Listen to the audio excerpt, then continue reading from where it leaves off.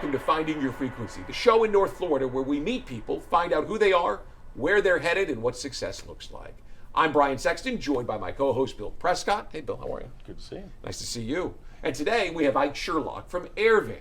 Ike, how are you? Good. You got the couch all to yourself over there, I'm relaxed, lonely over here. ready to have a long conversation. Tell us. Long enough, yeah. Yeah, what's going on? I just talked Jacksport not long ago with a couple of different folks.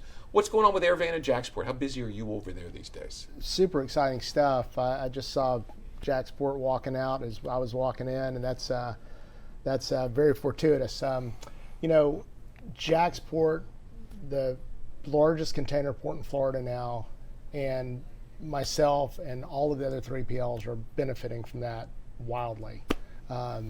We're doing a lot of work in and out of Jacksport at Airvan, a lot of imports, a lot of exports, traditional warehousing. That's been the transition for Airvan in the last year. So more of a traditional warehousing approach as we grow the domestic final mile delivery that we're founded on. A big picture question here, right?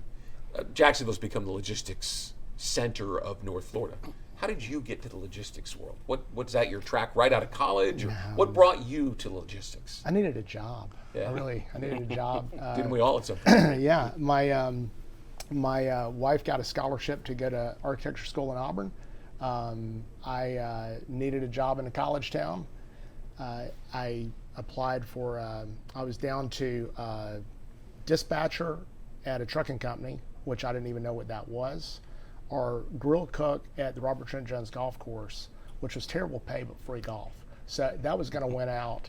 And I went to the dispatcher interview first, and they hired me. So I started as a night dispatcher, which is just the bottom of the pecking order in a trucking company, and was able to learn about an entire industry, an entire thing that I had no idea about. Did you stay with the trucking industry, through the duration of it, and then grow Airvan from there, or how did you get to where you are today? Yeah. As you said, 3PL, multifaceted.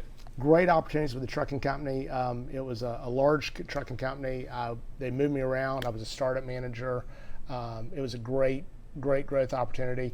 I always wanted to learn what was going on in the warehouse. I was just doing trucking. We worked with the warehouses a lot, but I really didn't know anything about it.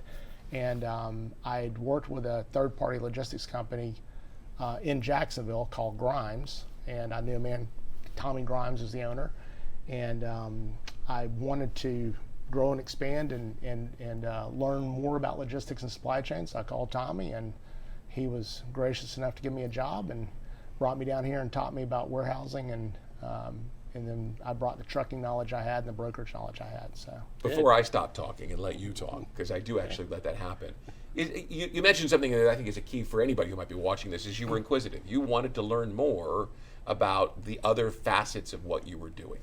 Yeah. For your success in the world today, how much did that inquisitiveness lead to it? Oh, it's the key. I mean, it's everything. I mean, being curious about what you're doing, whatever you're doing, and wanting to learn more and wanting to grow. I mean, that should never stop in your life.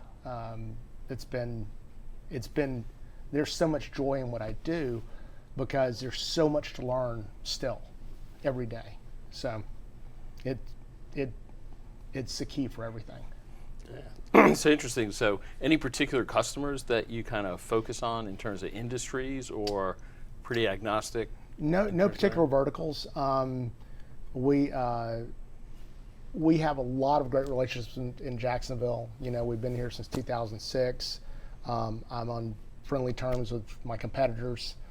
We want people to choose Jacksonville for their logistics needs. And if it's not me, I want them to choose somebody else in Jacksonville. So a lot of us kind of have things that we really like to do. Pallet in, pallet out. Some of us like to touch stuff and build cases, that kind of stuff. And we kind of all know what each other's specialties are and what their likes are. So if somebody comes to me and I'm not the right fit for them, I pretty much know who to refer them to. Yeah, that's great. Yeah. Do you find more companies now looking to where maybe they were doing the warehousing themselves and saying, hey, we need to go to a third party because they got better technology, they know how to do it better than we can and save some dollars in the process.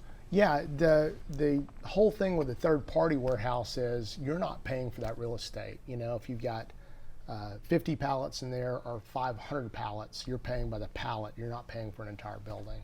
And we offer the ability for clients to flex up and down, and pay as you go. So I think it's a great advantage for that.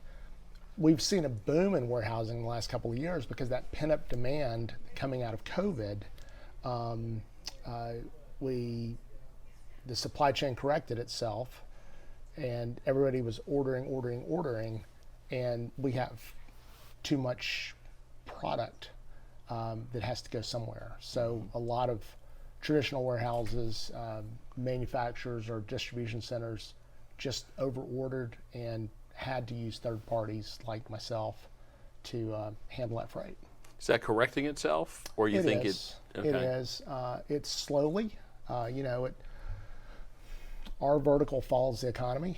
The economy's slow, so things are correcting slowly. And we like the third-party offering, the transportation and the warehousing, because typically one is really, really good, and the other one is not so good, and they cycle back and forth.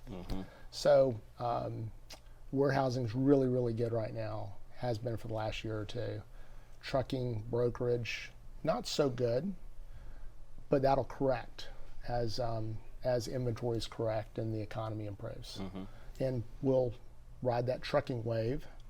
And we've always got something that's going well, something that we can work on in the downtime, and most importantly, we always have cash flow. So That's important. yeah, that's the most important. Yeah. How about challenges, right? Not just necessarily for AirVan, but challenges for the logistics industry here in North Florida. We talked earlier about how it's woven into the fabric of this city. What do you see as challenges you have to overcome?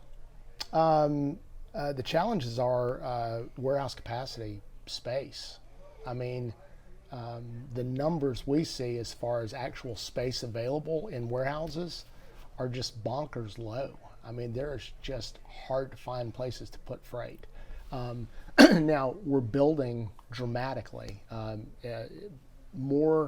As many commercial buildings are coming out of the ground and delivering as anywhere in the country right now. And most of those warehouses that are delivering are already promised. They're already full. Wow. So just keeping up with building enough space.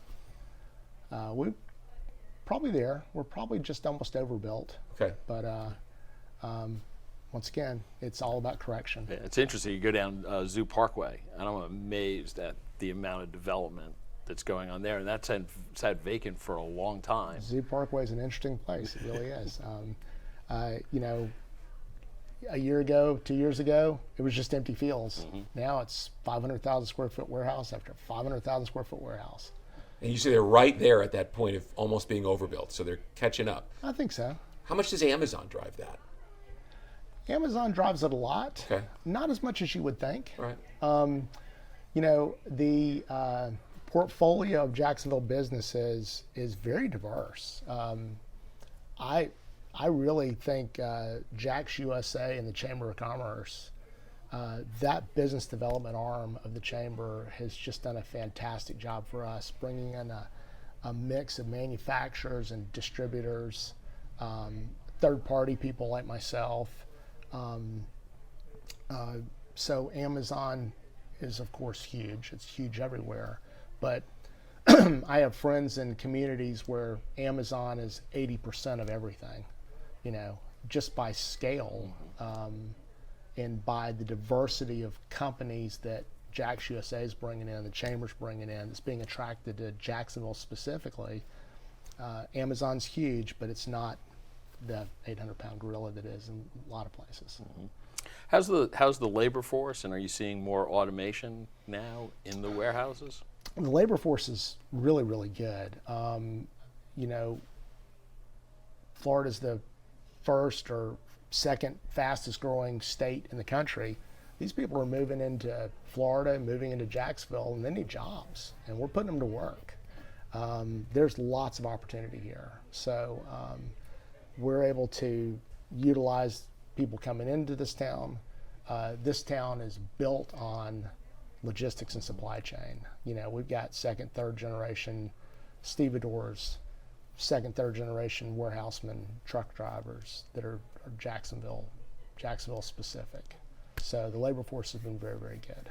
How about just a big picture to wrap up? You know, if you've got a deal for a stadium now, and there's all sorts of development going on the river, Jacksport is thriving. You've been talking about what you see in your particular area and with Airvan. What do you think the next 5 years look like for Jacksonville? I'm just the biggest fan of Jacksonville and Northeast Florida that you can find. From a logistics and supply chain perspective, I don't think there's anywhere in the country that's any hotter, any better than Jacksonville. We've got the growth and development and the investment in the infrastructure.